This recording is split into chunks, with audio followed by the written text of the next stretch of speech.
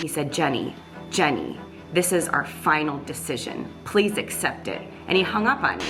There's a comfortability that people have commenting on that I think is really dangerous. And I think it's dangerous for all parties involved. Beauty brands are responding in a variety of ways. Here's Sethi, who is the founder of Luscious, the makeup company that is now merged with Halo Beauty, sent me a DM on Twitter. And needless to say, she's really unhappy with me for my coverage of this topic.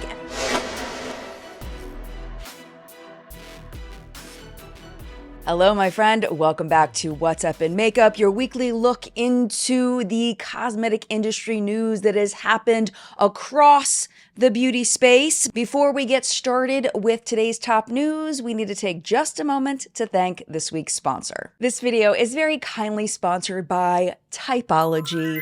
Typology is a skincare brand out of France. They are vegan, they are cruelty-free, and their focus is to create skincare products with a minimal number of ingredients. They focus on those science-backed, research-backed ingredients, and they kind of trim it down so that you get the biggest bang for your buck. The first Typology product that I fell in love with was a skincare product. This is the D41 9-ingredient moisturizer. This is fabulous. But what I did not realize when I was trying their skincare was that they were about to come out with tinted skincare. And oh my gosh. Let me show you. This stuff is super fab. This is their tinted serum. The purpose of this is to have your skincare along with a light coverage. So you're cutting down on your steps and you're starting your day with beautiful skin. So this serum includes free radical fighting vitamin C, squalane for skin balancing, and the skin soothing properties of aloe. So your skin not only looks good, but it feels so good too. Next up is the tinted concealer, but do not be fooled by that. This is not just a tint. This is medium to full coverage. It also includes caffeine and niacinamide. So you're getting the skincare of an eye cream. You're getting the niacinamide for discoloration to treat your skin, not just cover it with makeup. I also want to mention the T32 mattifying loose powder 1% zinc PCA. I love the way this makes my normal skin face look.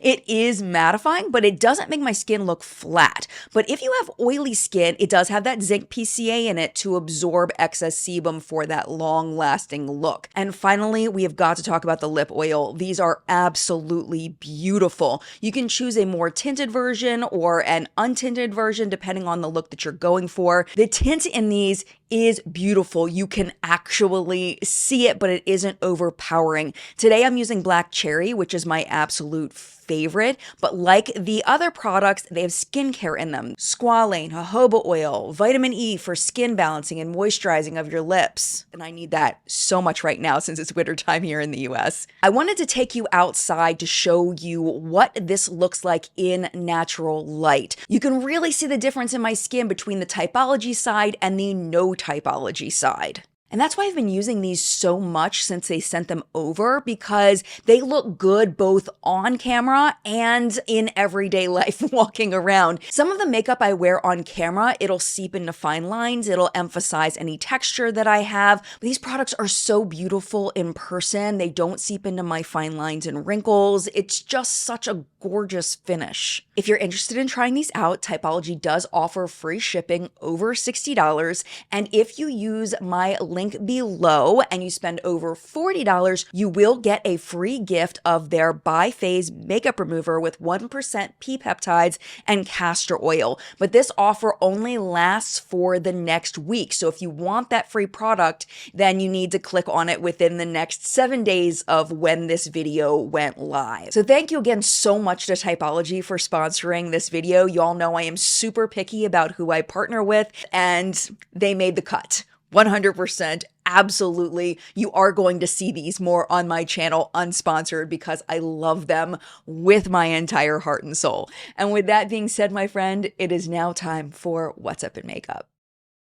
We're starting off this week's show talking about loyalty programs. And I know that So many of us are enrolled in the ones specifically at Ulta and Sephora, but there's loyalty programs for brands across industries. Do you ever wonder why loyalty programs exist? Because we know deep down it's not out of the goodness of their hearts. Of course, it's because they increase sales, but how are they doing this? And I personally believe it has to do with the emotional connection that they foster in customers through those programs. So like, for example, when you get an email congratulating you on making it to a new rank, did we win prizes? Like, really and truly, do we deserve a congratulations for spending more money? Is that appropriate?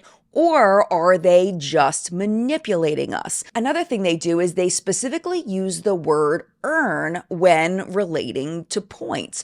But are we really earning them? Have we done a good deed to earn them, or are we just spending and acquiring them? Because that language is different. And even if we know, like here in the front of our minds, like we know, it does something to how we feel about buying from these companies. It creates an emotional attachment, and these emotional bonds can help us feel more connected to the company. So what happens when you're part of a community, when you feel like you have earned these loyalty points, you have been loyal, you have spent your hard-earned money, and then that company accuses you straight up of fraud? That is exactly what happened to longtime Ulta Diamond member Jenny. This is the story. She shared it all on TikTok. I will link all of her videos in full down below in case you'd like to watch the entire story, but I'm going to sum up for you.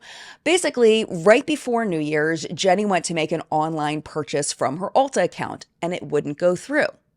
She's confused. She tries a bunch of different credit cards. They're not going through.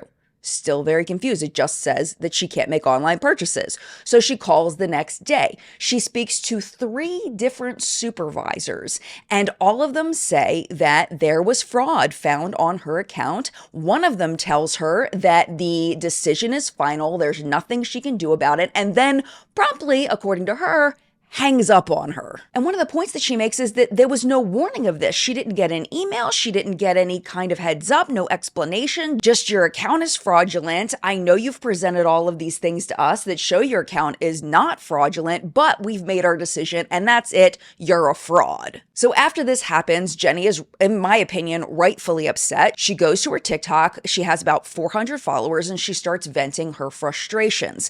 On January 1st, she's like, you know what? I am done with this company. I got a bunch of gift cards for the holidays, so I'm going to go to my Ulta in-store because she wasn't blocked from purchasing in-store. She goes to the store. She cashes in all of her points. She spends all of her Ulta gift cards, and she says, this is my last time shopping at Ulta. She films her haul in her car. Here's a quick clip.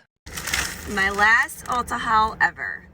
I spent $1,178 at Ulta in 2024, and they reviewed my account and said that that was abnormal spending for one person, so I must have multiple identities because I used multiple payment methods and multiple addresses because we moved. So they've blocked my account indefinitely from online purchases. I can only make in-store purchases. They told me I need to accept that decision and that they will not be changing it or reviewing it again. So cashed out all my points, used all my gift cards. Now that video of Jenny, this is how TikTok algorithm, how it works. With only 400 followers, that video racked up over 1 million views. And through that video, Jenny learned that there is an entire Facebook group with over 500 members of people basically saying they had the same issue, that Ulta cut off their ability to order online because they were accused of fraud. There has been no reversals, and they say that they did not commit any kind of fraud. It's implied through the videos that because Jenny's video got such a wide reach,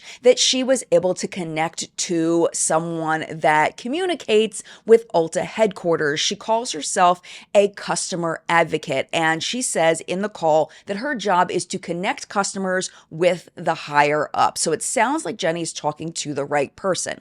Now, for my own personal peace of mind, there are different laws when it comes to recording people without their consent around the United States. Every state has a different law. So because of that, I'm not going to play any of the Ulta representatives' voice in this, just out of the utmost of caution. But what I am going to play you is a little bit of what Jenny said to the representative. In total, it's an 18-minute call, but I want you to hear some specific parts. My extreme frustration isn't that it happened, because I know that you guys have protocols in place. My frustration is I called. Well, first of all, I've been emailing you guys for weeks. Last Saturday, you guys told me that you were working to fix it. And then a couple days ago, before I called, is when that was the first time I ever heard that I wasn't able to make an online order. You guys never even notified me of that. It's New Year's Eve. And I'm like, what do you mean I'm blocked from making purchases from Ulta? I've never had any fraudulent returns. I've never done anything. I had one case of fraud in 2023 that I pointed out to you guys. And I mean, the gentleman spoke to me as if I had cancer or something. He said, Jenny, this is our final decision. Please accept it. And he hung up on me. And again, this is a lot of time wasted, all the emails, everything. I spent over a half hour the first time on the phone, 20 minutes with the second supervisor. I think I might have even said, can I go somewhere and show ID so that they know that this is me? And as I'm asking her to review the case, I don't need you to keep repeating the same script that you're repeating to me, she's laughing at me. So us as customers, what do you expect us to do? I reach out on Twitter. Your Twitter people copy and paste the same responses over and over. And then, I made a video on TikTok. I have 400 followers on there, not expecting anything to come of it. And then I'm seeing dozens, if not hundreds of comments of people that this happened to. And they didn't make a video on TikTok. So their issues aren't heard because there's no way to get past that supervisor level, which is unacceptable. If we're asking for a re-review, if there is fraud or something on the account, if we're asking to be able to verify our identity, the fact that there's not even an avenue for us to do that is ridiculous. So in this, I think that Jenny asked a really good question, in that, of course, her case specifically has been escalated to this level, but what about all the other people in the Facebook group? What about all of the other accounts that have been accused of fraud where the person says, there's nothing fraudulent on my account, it's a big misunderstanding? And what I noticed about this call is that A goes back and forth with Jenny, but she never gives a way for people to resolve their issues. How do customers get that escalated? Because it seems from the multiple interactions that I've had with you, it stops with the supervisor. They're unwilling to escalate things. They're unwilling to open a new case. They're unwilling to take it to the level of you reaching out to me. So what should they do? I mean, there's nothing. I mean, I think people just give up and just stop shopping there. There's definitely a process improvement and an issue in your guys' process, and I hope that that is addressed for future customers, because I mean, this experience has honestly been a disaster. And that's something Jenny keeps bringing up over and over again, and she keeps trying to get A to answer her, but A won't do that. She's very focused on solving Jenny's problem, but won't give Jenny any information on how other people can handle this if it happens to them. A tells Jenny that she has forwarded this information to the appropriate people in the company, so hopefully this doesn't happen again. And then she promises Jenny that no matter what, she will get a phone call from her on Monday. Yeah, that doesn't happen. Just so you know, that does not happen. On Tuesday, January 7th, Jenny uploaded this video to her account. The lie detector determined that was a lie. Ulta said that I'd hear back from them today with an update. They have not reached out today, so more to come, I guess, if they even reach back out. Not holding my breath at this point for much of anything. And then on Thursday, I love this one. This is so creative. I can't play it because it has copyrighted music in it, but it made me laugh. In case you're just listening to this, basically it is a video of Ariana Grande from Wicked playing Glinda, and she flops down in front of this photo of an Ulta store.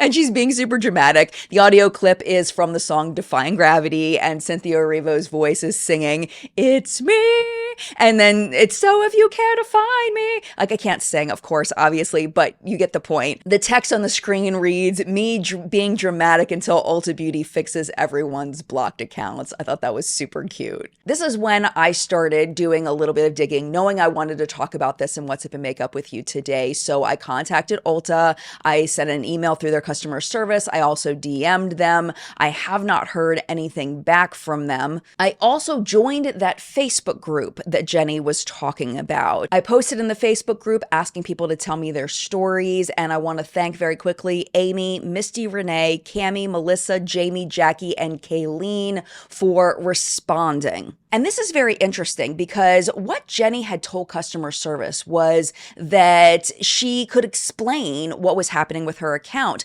The major thread that I'm seeing from Jenny and the people in the Facebook group is that a lot of them seem to have personally reported fraud on their individual accounts that were done by a third party. So someone hacked into their account, they stole their points, and they used those points to make a personal purchase to a different address. Now, this kind of explains what might be happening on the back end. Ulta sees there's fraud on the account, but there's no marker that says that it was customer reported. They just see that there was fraud. They also now see that there's multiple addresses and multiple people using the account. So that's a red flag for Ulta's back end. Then let's say they happen to be using multiple credit cards. A lot of people have multiple credit cards, or like Jenny, maybe they've moved. So now they're using an additional address. Now this sets off more red flags for Ulta's back end. They mark the account as fraudulent, and that is the end of it.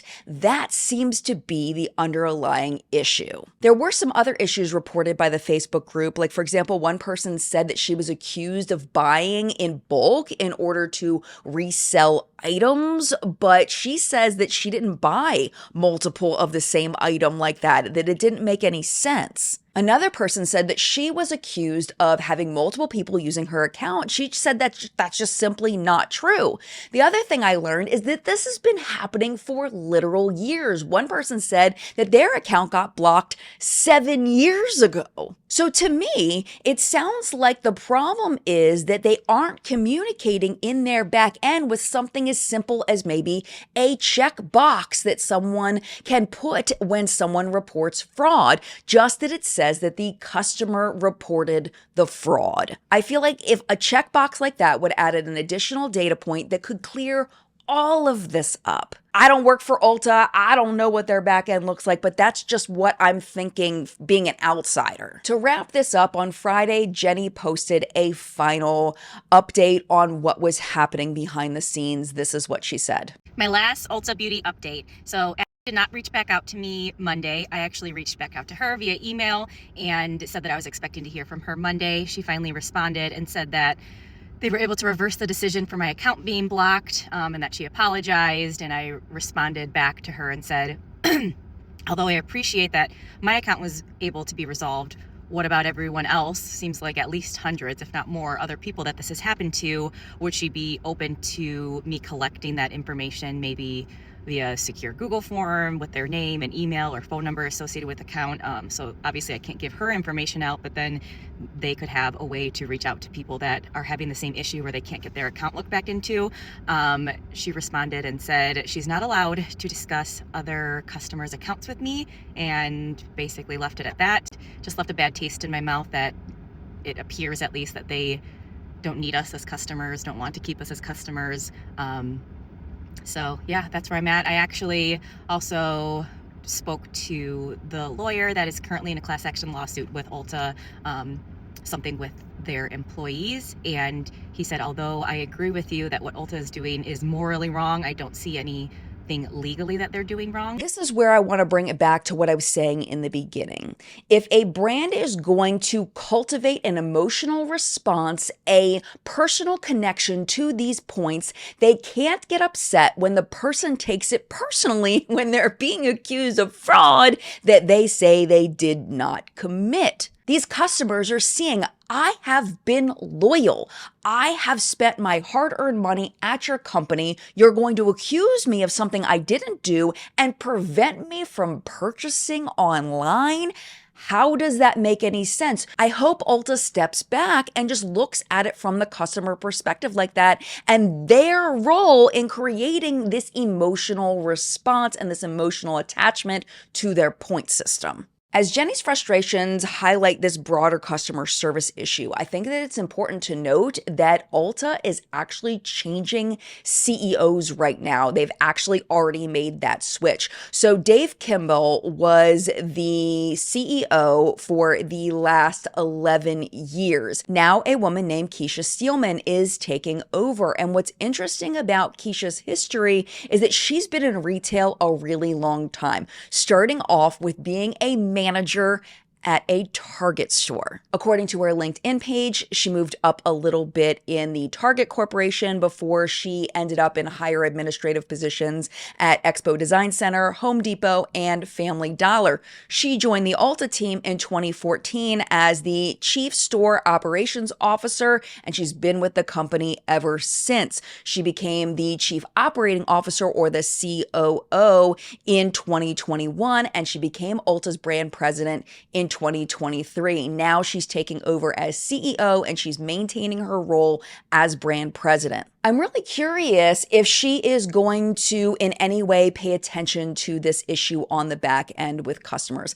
I personally think it would be very smart if she did, because stories like this really can hurt the brand's bottom line. It can make customers' faith in these loyalty programs shaky, and it can break that loyalty that they have worked so hard to cultivate. So I think it would be really smart if Keisha looked into these problems and fixed them. Again, as an outsider, it seems like a relatively easy fix, but we will see what happens. If there are any developments, I will be sure to let you know.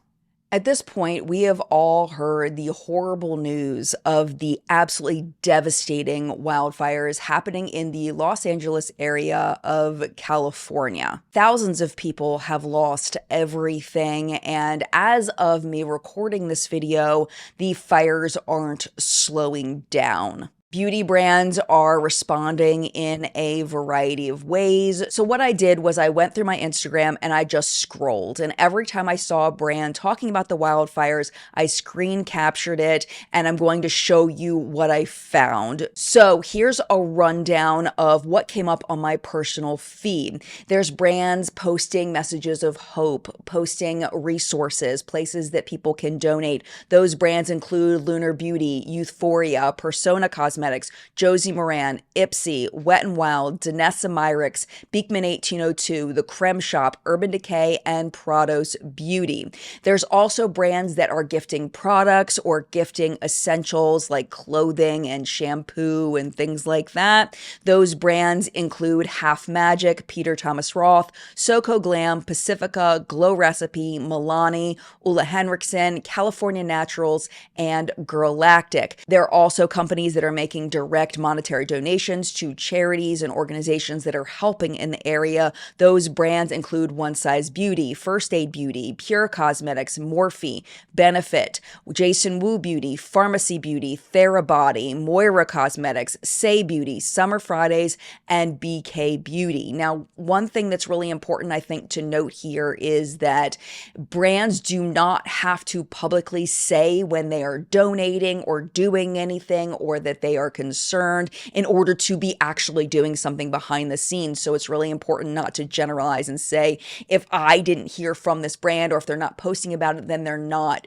doing anything. Some companies prefer to keep that information private. I also want to mention that if you are waiting on an order from Glamlight Cosmetics specifically, their warehouse has been shut down because they are in an evacuation area. So if you're waiting on an order, just know it may be a while because their warehouse has closed. We don't know if it has been actually affected by the fires, but it is not safe for them to be in there packing orders. I want to stress that this absolutely is not a comprehensive list. I spent about 30 minutes scrolling my feed, so I know there are so many more brands. If you have seen another brand that is making moves that you would like people to know about, please feel free to leave the name of that brand and what they're doing in the comment section down below.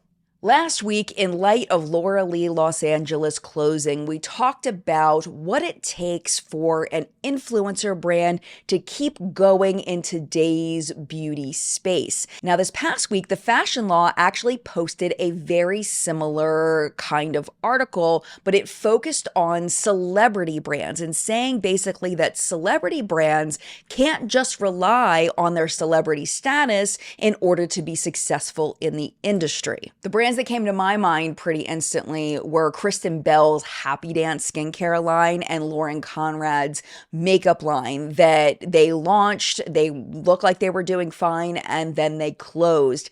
It seems like, to me, one of the brands that will probably go out this year, this is just an opinion based on what I've seen, is Gwen Stefani's Give Beauty, which really sucks because they do have some really nice products. But the clues over there that something is not going well is that, first, that they haven't been selling products on their website since last summer. And also the products that they are selling over on Sephora, which is their only retailer, they've been on deep discount for a really long time. But of course, we can't deny that some celebrity brands are doing super well. Of course, first to mind, Rhode Beauty. We're talking Skims by Kim Kardashian. We're talking Rare Beauty by Selena Gomez. Fenty Beauty by Rihanna. I mean, there's brands that stand out as being these superstar celebrity brands. So what's the difference? Why does one brand succeed when the other one fails? According to the Fashion Law, they have three theories as to these deciding factors.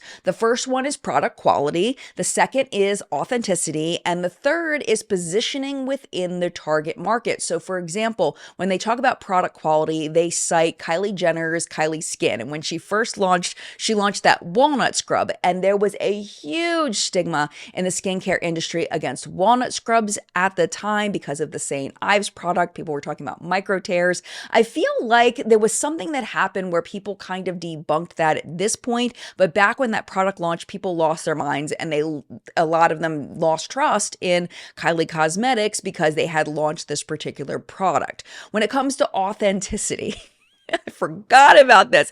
Millie Bobby Brown, when she launched Florence by Mel's, and she was a whole child, somebody should have helped her with this. I don't know what happened, but basically she's putting on her products, and she's not really, it appears, I should say, it appears that she's not actually using any of the products.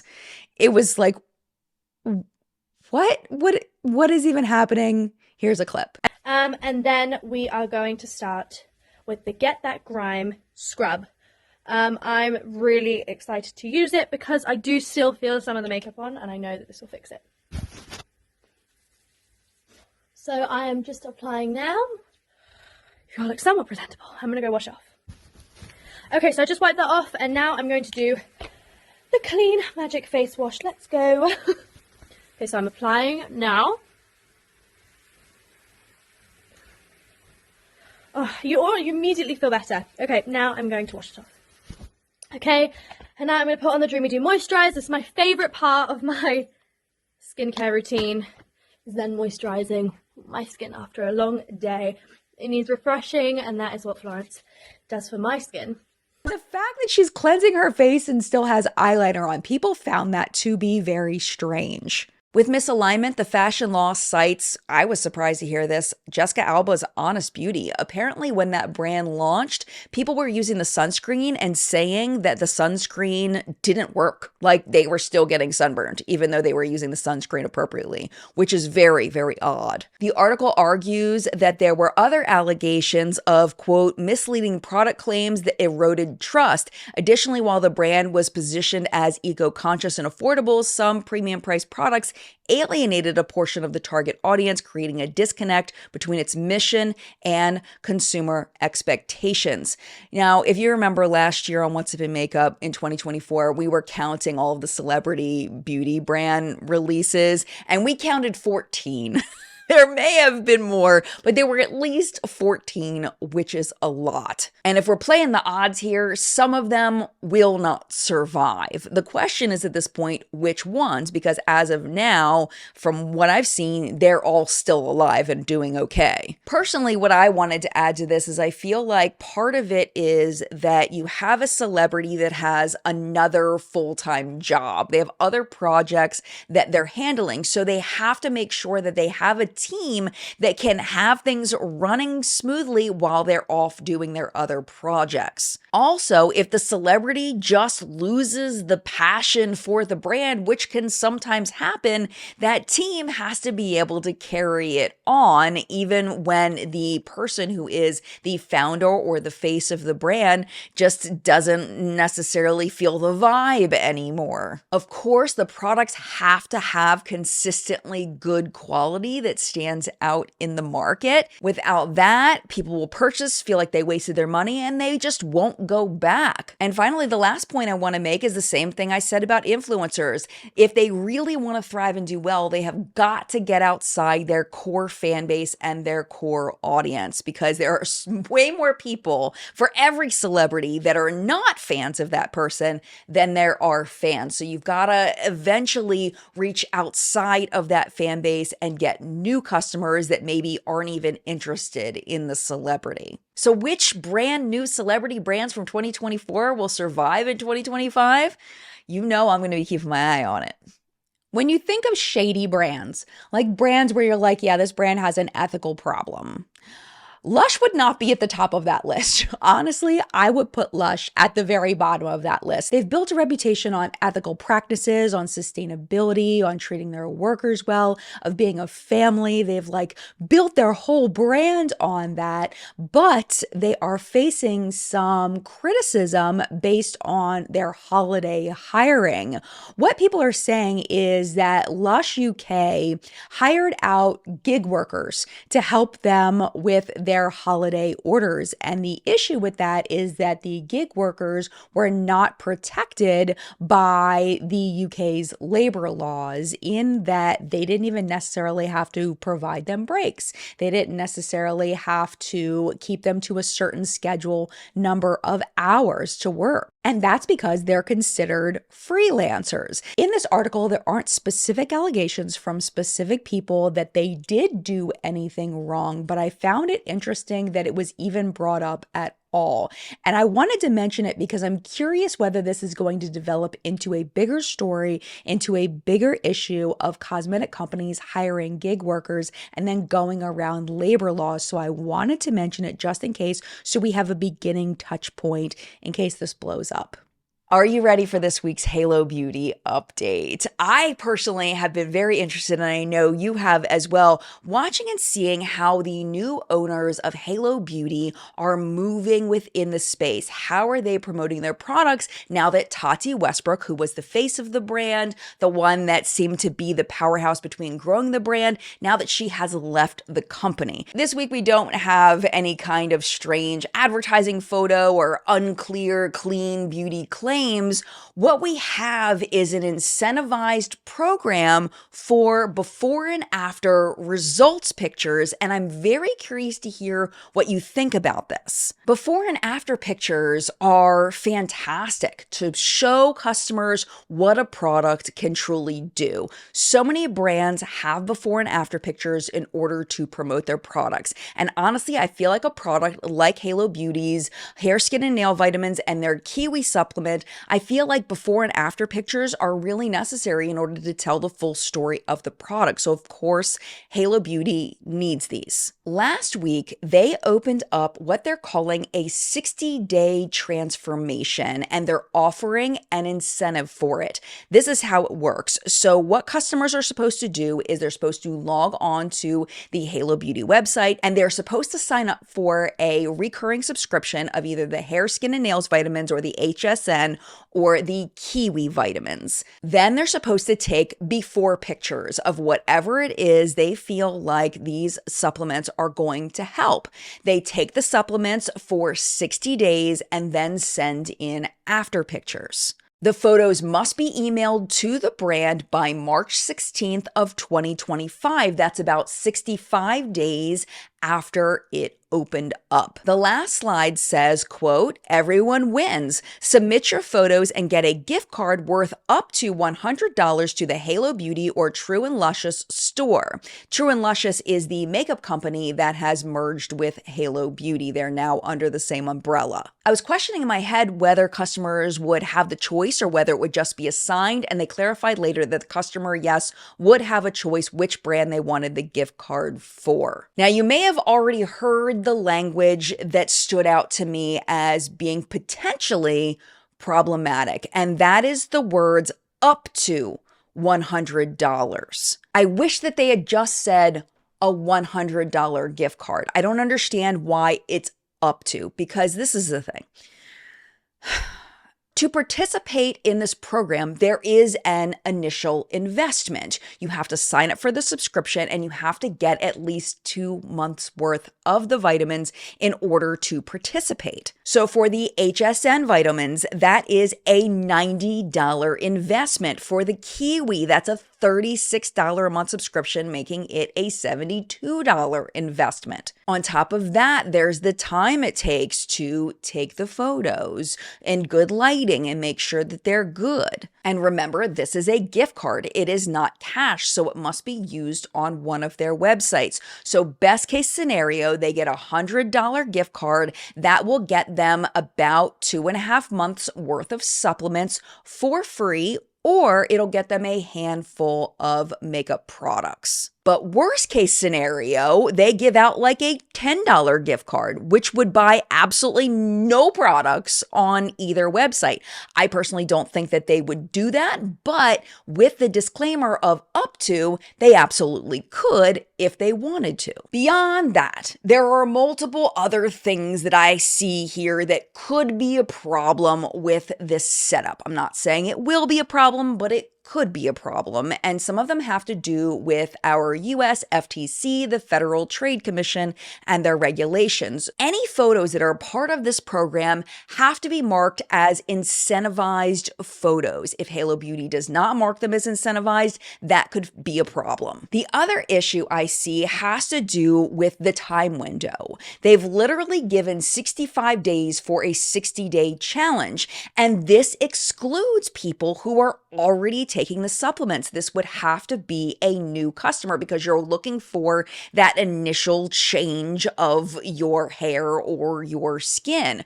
So people would have had to have seen it in the first few days, sign up for the subscription, and then participate. So they're really limiting the number of people that can even participate in this. And of course, they're also counting on that the people that are participating in this are taking high quality pictures. Having been in this space for a while, you've probably seen them. I know I've seen them, absolutely terrible before and after pictures, because if you've ever taken before and after pictures months separate from each other, you know it's very difficult to get the exact same angle, the exact same lighting in order for them to really and truly represent a before and an after. For hair, you may have cut your hair, you may be using different products, you may be styling it different, you may be dyeing it when you weren't dyeing it before. I mean, a lot of things can happen in 2 months. Same thing for skin. You could be, changing your skincare routine that could also contribute to changes in your skin.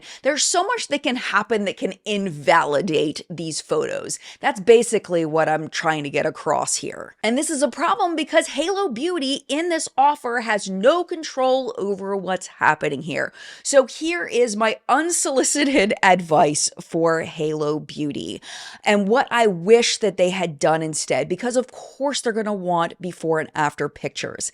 Instead of putting out this open call wherever their headquarters are, invite people in the area to come into the office and pick up free supplements. They sign a paper that says that they are going to return in 60 days for after pictures. And while they're there, Halo Beauty has a professional photographer that takes pictures for their before pictures. The person does not get their $100 until they return for the after pictures. And they don't get a $100 gift card, they get $100 cash, which I feel like is a pretty good investment in something that could sell a lot of product if it shows true results. And if these photos that were taken professionally and show true results increase revenue for the brand and really make a difference, then maybe in the future they could pay for real, legit clinical trials, which I don't think Halo Beauty has.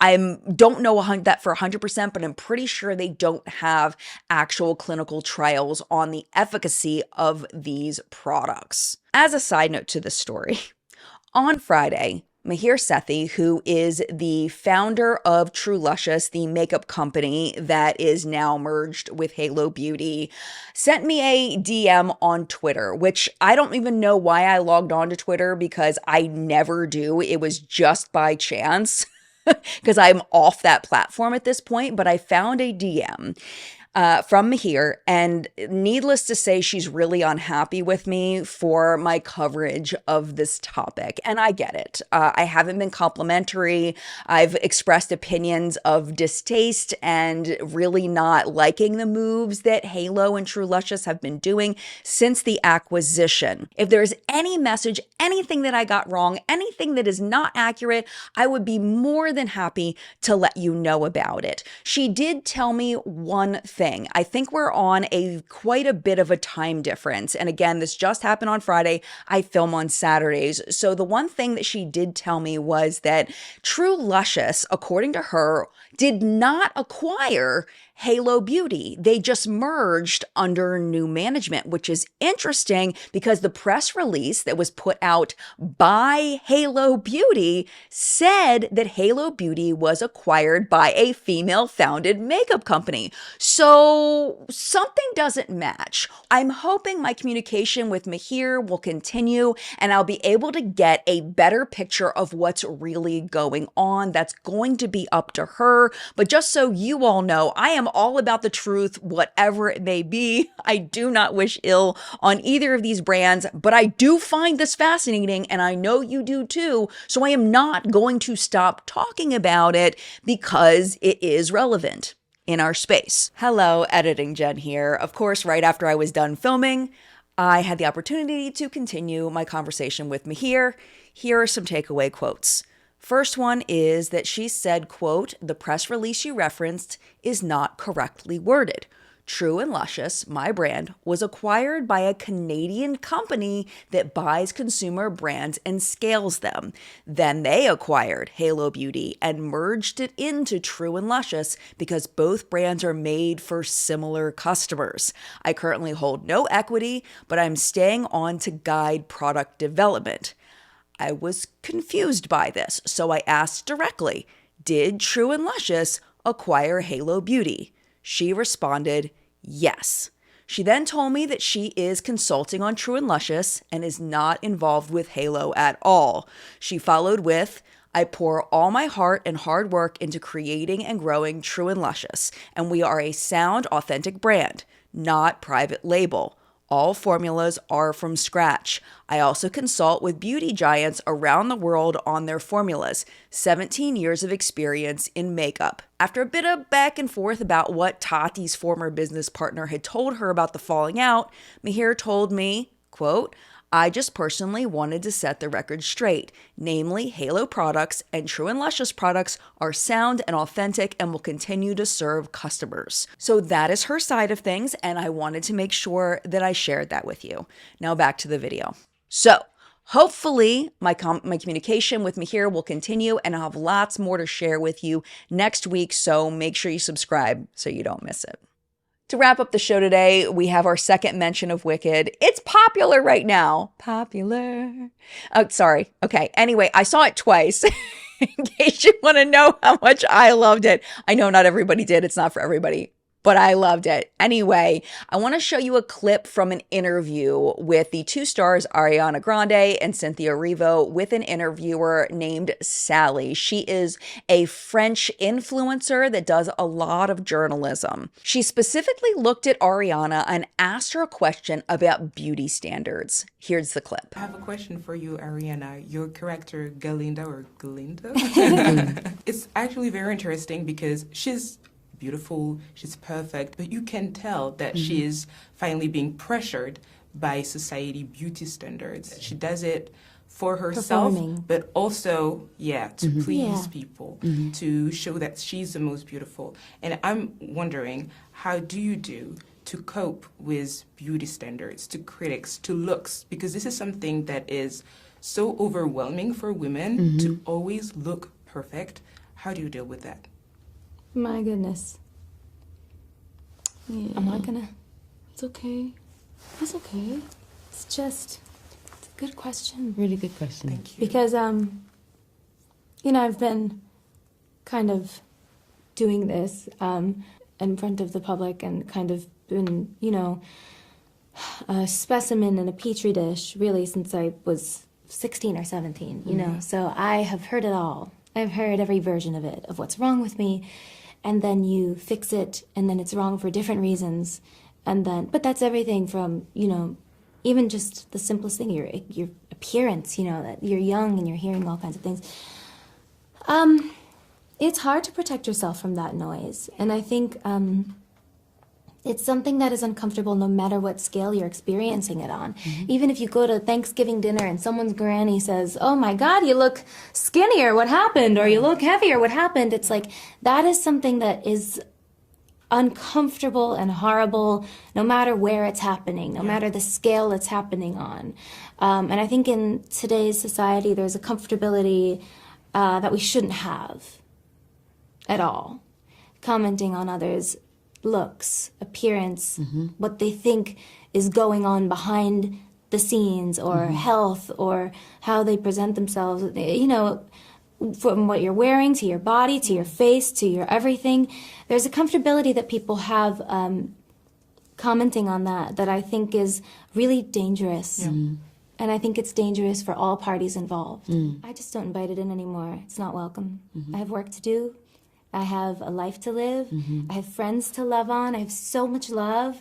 And it's not invited, so I don't leave space for it anymore. And however you all can protect yourselves from that noise, whether it's at a family reunion or online, if you gotta block people, I don't care. If you have to delete the app entirely, you keep yourself safe, because no one has the right to say shit.